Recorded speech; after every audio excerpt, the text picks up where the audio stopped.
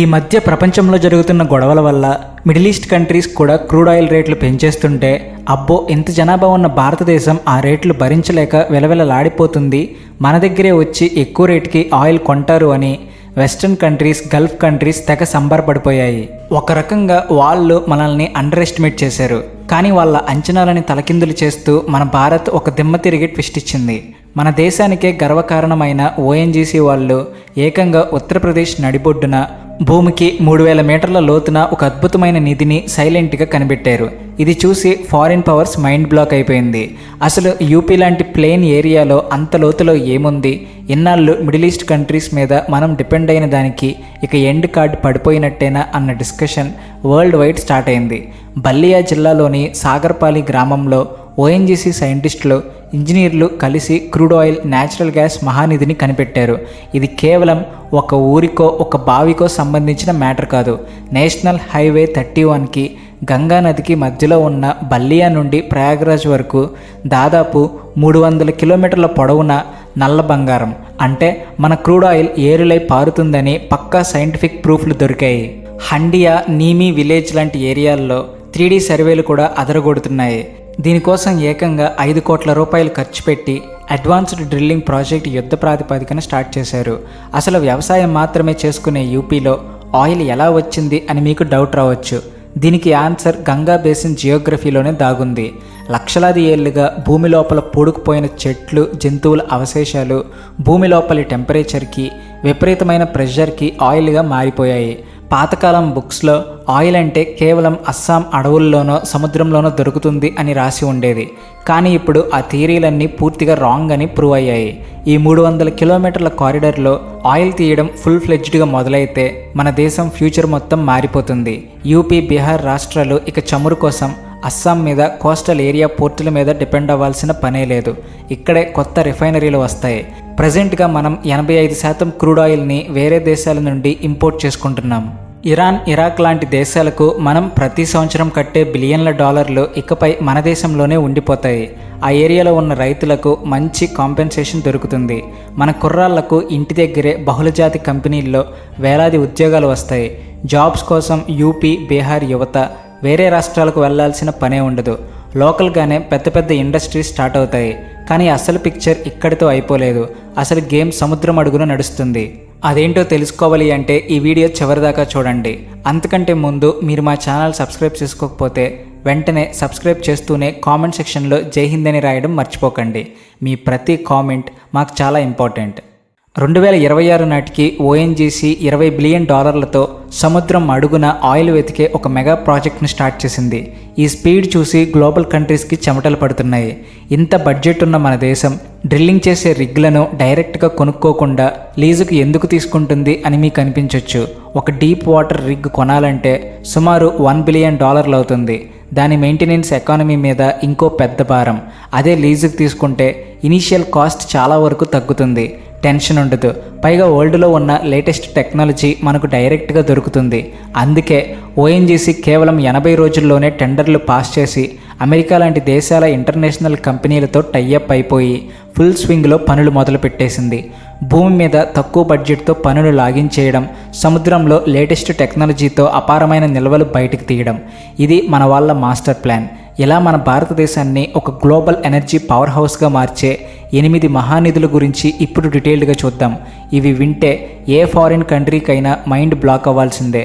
First place వచ్చేసి అండమాన్ సముద్రంలోని ultra deep water basin. ఇది వినగానే చైనాకు అస్సలు నిద్ర పట్టడం లేదు. టూరిస్టులు ఎంజాయ్ చేసే బంగాళాఖాతం అడుగున ఏకంగా 6 కిలోమీటర్ల లోతులో ఓఎన్జీసీకి ఒక ఊహించని మహానిధి దొరికింది. ఆ లోతులో డ్రిల్లింగ్ చేయడం అంటే మాటలు కాదు. ఎవరెస్ట్ పర్వతాన్ని తలకిందులుగా ముంచేసిన మునిగిపోయేంత డెప్త్ ఉంది. ఒక చిన్న కారు మీద 100 ఏనుగులు నిలబడితే ఎంత ప్రెషర్ ఉంటుందో అక్కడ అంత ప్రెషర్ ఉంటుంది. ఎంత స్ట్రాంగ్ ఇనుమైనా అప్పడంలా నలిగిపోవాల్సిందే. కానీ మన ఇంజనీర్లు శాటిలైట్ కంట్రోల్డ్ డ్రిల్ షిప్పులతో అదరగొడుతున్నారు. సరిగ్గా చైనా వాణిజ్యం నడిచే మలక్కా జలసంధి దగ్గరే ఈ ఆయిల్ సామ్రాజ్యం ఉండడంతో వాళ్ళకి ఫ్యూజులు ఎగిరిపోతున్నాయి. చైనా చేసే బిజినెస్లో 80% ట్రేడ్ ఈ రూట్లోనే జరుగుతుంది. ఇప్పుడు అదే రూట్లో మన భారతదేశం ఇంత పెద్ద ప్రాజెక్ట్ చేయడం మామూలు విషయం కాదు. రాబోయే 4 ఏళ్లలో ఇది ఫుల్ ప్రొడక్షన్కి వచ్చేస్తుంది. ఇది సక్సెస్ అయితే మిడిల్ ఈస్ట్కి ప్రత్యామ్నాయంగా అండమాన్ బేసిన్ మారిపోతుంది. సెకండ్ ప్లేస్ మన ఆంధ్రప్రదేశ్ తూర్పు తీరంలోని కృష్ణా గోదావరి బేసిన్. ఇక్కడి సముద్రం అడుగున ఉండే టెంపరేచర్కి, ప్రెషర్కి ఏ మిషన్ అయినా ఈజీగా కరిగిపోవాల్సిందే. అదొక పెద్ద high pressure, high temperature zone.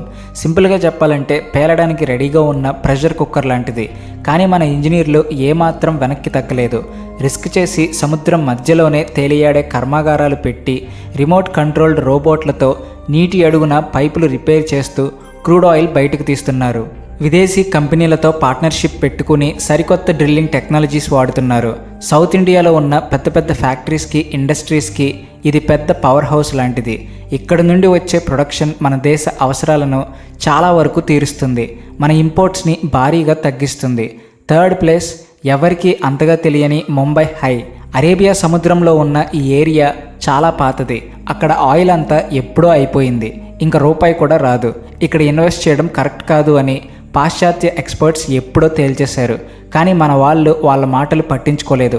సైలెంట్గా 4D సీస్మిక్ సర్వే స్టార్ట్ చేశారు. అంటే సముద్రం అడుగున లైవ్గా ఆయిల్ మూమెంట్స్ని ఎక్స్రే లాగా లేదా ఒక టైం మెషిన్ లాగా చూపించే టెక్నాలజీ అన్నమాట. దీన్ని యూజ్ చేసి అయిపోయింది అనుకున్న బావుల్లో నుంచి మళ్ళీ కొత్త ఆయిల్ లేయర్లని కనిపెట్టారు. దారుణమైన తుఫాన్లని సైతం లెక్క చేయకుండా మన ఇంజనీర్లు ఆ భారీ ఐరన్ ప్లాట్ఫారాల మీద నిలబడిపోవడంతో ఆ ప్రాచీన ముంబై హై మళ్ళీ ఫుల్ పవర్తో ప్రొడక్షన్ ఇస్తుంది. మన దేశ ఆయిల్ స్టోరీలో ఇదొక పెద్ద సక్సెస్ అని చెప్పొచ్చు. ఫోర్త్ ప్లేస్ రాజస్థాన్లోని బార్మర్ బేసిన్. 50 డిగ్రీల ఎండలు మండిపోయే ఎడారి ఇసుకల్లో అసలు నీళ్లే దొరకవు అనుకుంటే భూమి అడుగున ఏకంగా ఆయిల్ సముద్రమే బయటపడింది. మంగళ, భాగ్యం, ఐశ్వర్య లాంటి ఆయిల్ ఫీల్డ్స్ మన దేశ ఎకానమీ రేంజ్ని పెంచేశాయి. సముద్రంలో డ్రిల్లింగ్ చేయడంతో పోలిస్తే ఇక్కడ కాస్ట్ చాలా తక్కువ. అయితే ఇక్కడ ఒక చిన్న ప్రాబ్లం ఉంది. ఇక్కడి ఆయిల్ బయటకు రాగానే రూమ్ టెంపరేచర్కి రాయిలా గడ్డకట్టుకుపోతుంది. చాలా థిక్గా ఉంటుంది. దీన్ని ఫ్యాక్టరీలకు తీసుకెళ్లడం అసాధ్యమని ఇంటర్నేషనల్ కంపెనీలన్నీ చెప్పాయి. కానీ మన వాళ్ళు ఏకంగా గుజరాత్ రిఫైనరీల వరకు వరల్డ్లోనే అత్యంత పొడవైన హీటెడ్ పైప్ లైన్ వేశారు. ఆ పైపు ఎప్పుడు ఒక హీటర్ లాగా వేడిగా ఉండి ఆయిల్ నీళ్లలాగా పారిపోతుంది. మురికి పట్టిన ప్లేట్ని వేడి నీళ్లు సబ్బుతో క్లీన్ చేసినట్టు లోపలి కెమికల్స్, స్టీమ్ పంపించి భూమిలో ఉన్న ఆఖరి చుక్క ఆయిల్ని కూడా వదలకుండా బయటకు లాగేస్తున్నారు. నిన్నటిదాకా ఒంటె సవారీలకు మాత్రమే ఫేమస్ అయిన బార్మర్ ఇప్పుడు $1 బిలియన్ ఇండస్ట్రీకి కేర్ ఆఫ్ అడ్రస్ అయింది. ఫిఫ్త్ ప్లేస్ నార్త్ ఈస్ట్లోని అస్సాం అడవుల్లో ఉన్న చారిత్రాత్మక దిగ్బోయ్, నెహర్కటియా ఏరియా. బ్రిటిష్ వాళ్ళ టైంలోనే ఇక్కడ ఫస్ట్ ఆయిల్ తీశారు. వాళ్ళు ఉన్నంతకాలం మొత్తం తోడేశారు. ఇంకేం మిగలలేదు అని ఫారిన్ ఎకానమిస్టులు అనుకున్నారు. కానీ మన వాళ్ళు ఆ దట్టమైన అడవుల్లో ఊహించని లోతుకు డ్రిల్ చేసి పాత రికార్డులన్నీ బ్రేక్ చేశారు. అక్కడ ఇప్పుడు క్రూడ్ ఆయిల్తో పాటు ప్యూర్ న్యాచురల్ గ్యాస్ నిల్వలు కుప్పలు తెప్పలుగా దొరుకుతున్నాయి. నార్త్ ఈస్ట్ రీజియన్ మొత్తం గ్యాస్ బేస్డ్ ఎకానమీగా డెవలప్ అయ్యేలా మోడర్న్ పైప్ లైన్ నెట్వర్క్ వేస్తున్నారు.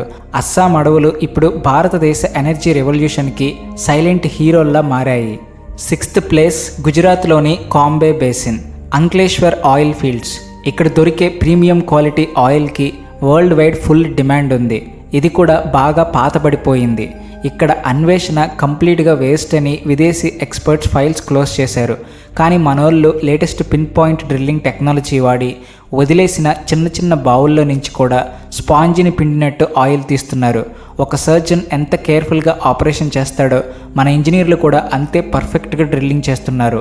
ఇక్కడి ఆయిల్ నేరుగా గుజరాత్లోని భారీ రిఫైనరీలకు వెళ్ళిపోతుంది కాబట్టి ట్రాన్స్పోర్ట్ ఖర్చు కూడా దాదాపు జీరో. మన దేశం కలలు కంటున్న మేక్ ఇన్ భారత్ కాన్సెప్ట్కి అసలైన ఇంధనం ఇక్కడ నుంచే వస్తుంది. సెవెంత్ ప్లేస్ ఫాస్ట్గా డెవలప్ అవుతున్న తమిళనాడు తీరంలోని కావేరీ బేసిన్. కేవలం ఐటీ కంపెనీలకు, ఆటోమొబైల్ రంగానికే కాదు, సౌత్ ఇండియా ఇప్పుడు భారీ ఆయిల్కి కూడా సెంటర్గా మారింది. భూమి మీద సముద్రపు అలల మధ్య ఒకేసారి కంటిన్యూస్గా డ్రిల్లింగ్ చేస్తూ క్రూడ్ ఆయిల్ని తీస్తున్నారు. సౌత్లో ఉన్న ఫ్యాక్టరీలకి పెరుగుతున్న ఇండస్ట్రియల్ డిమాండ్కి ఇక ఫారిన్ ఆయిల్తో పనేముంది? మన ఆయిల్ మన మెషిన్లకు ఫుల్ పవర్ ఇస్తుంది. ఈ దెబ్బతో చెన్నై సిటీ ఏ ఫారిన్ కంట్రీ ఆపలేనంత పెద్ద పారిశ్రామిక కేంద్రంగా మారిపోతుంది. మన దేశం లోపల ఇంత స్ట్రాంగ్ నెట్వర్క్ తయారవుతుందని ఎవరు ఊహించి ఉండరు. ఇక last and final 8th place. ఇది చాలా సీక్రెట్గా నడుస్తున్న ప్రాజెక్ట్. అదే ఓసా నది ఒడ్డున ఉన్న ఒడిస్సాలోని మహానది బేసిన్. ఇది మన దేశంలోనే సరికొత్త ఎనర్జీ సెంటర్. ఈ ఏరియా కూడా కేజీ బేసిన్ లాగే భౌగోళికంగా ఉంటుందని సైంటిస్టుల అంచనా. ఫస్ట్ ఫేజ్ డ్రిల్లింగ్ రిజల్ట్స్ అయితే అందరూ ఊహించని దానికంటే 1000 రెట్లు పాజిటివ్గా వచ్చాయి. ఇప్పటిదాకా ఎవరూ టచ్ చేయని crude oil, natural gas reserves ఇక్కడ ఉన్నాయని రీసెంట్ సర్వేలో తెలిసింది. ఈ ప్రాజెక్ట్ కంప్లీట్ అయితే ఒడిస్సా ఎకానమీ మొత్తం వేరే లెవెల్కి వెళ్ళిపోతుంది. ఎప్పుడు తుఫాన్లకు కేర్ ఆఫ్ అడ్రస్ అయిన ఈ ఏరియా ఫ్యూచర్లో మన ఎకానమిక్ రెవల్యూషన్కి ఐకాన్ అవుతుంది. సో ఇది మ్యాటర్. ఈ 8 ప్రదేశాలు కలిసి మన భారతదేశాన్ని ఏ అగ్రరాజ్యం టచ్ చేయడానికి సాహసించలేని ఒక పవర్ఫుల్ ఫోర్ట్ లాగా మార్చేశాయి. యూపీ ప్లెయిన్స్ అయినా, రాజస్థాన్ ఎడారైనా, అస్సాం దట్టమైన అడవులైనా, వేల మీటర్ల లోతు సముద్రమైన మన దేశంలోని ప్రతి మూల ఇప్పుడు ఒక ఎనర్జీ పవర్ హౌస్ లాగా మారుతుంది. ఒక పక్క America, China, middle east countries అన్నీ వాళ్ళ పాలిటిక్స్లో, వార్ టెన్షన్స్లో బిజీగా ఉంటే మన భారత్ మాత్రం ఎవరికీ కనపడకుండా సైలెంట్గా, దూకుడుగా ఆయిల్ కొనే స్టేజ్ నుంచి ఆయిల్ ప్రొడ్యూస్ చేసే స్టేజ్కి ఎదిగిపోయింది. ఈ మాస్టర్ ప్లాన్ వల్ల మన ఫ్యూచర్ చాలా బ్రైట్గా ఉండబోతుంది. రాబోయే రోజుల్లో వరల్డ్ ఎకనామిక్ మ్యాప్లో మన భారతదేశమే ఒక తిరుగులేని పవర్ఫుల్ లీడర్ అని చెప్పడంలో ఎలాంటి డౌట్ లేదు. ఇది మనందరికీ నిజంగా ఎంతో ప్రౌడ్ మూమెంట్. కాబట్టి మనం ఇక ఫారిన్ ఇంపోర్ట్స్ మీద డిపెండ్ అవ్వాల్సిన అవసరం రాబోయే రోజుల్లో కంప్లీట్గా తగ్గిపోతుంది. మన సొంత రిసోర్సెస్తో మనమే వరల్డ్ని లీడ్ చేసే టైం వచ్చేసింది. ఈ టాపిక్ మీద మీ అభిప్రాయం ఏంటో కామెంట్స్లో చెప్పడం మర్చిపోకండి.